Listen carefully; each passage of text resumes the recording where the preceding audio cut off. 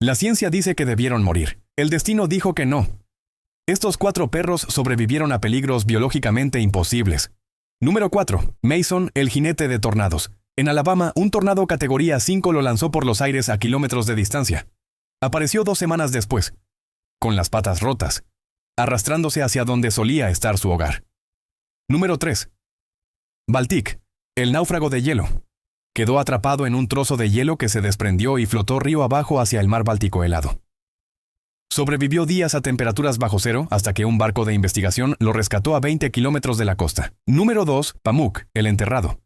Tras el 11 de septiembre o en terremotos masivos, perros como Pamuk han pasado hasta 9 días bajo toneladas de concreto y acero, sin agua ni luz, esperando en silencio a ser encontrados. Número 1. Kabang, la heroína. Saltó frente a una motocicleta a toda velocidad para salvar a 2 niñas. El impacto le arrancó el hocico superior. Perdió la mitad de su cara, pero sobrevivió y regresó con su familia. El instinto de vivir es poderoso. Suscríbete si crees en los milagros.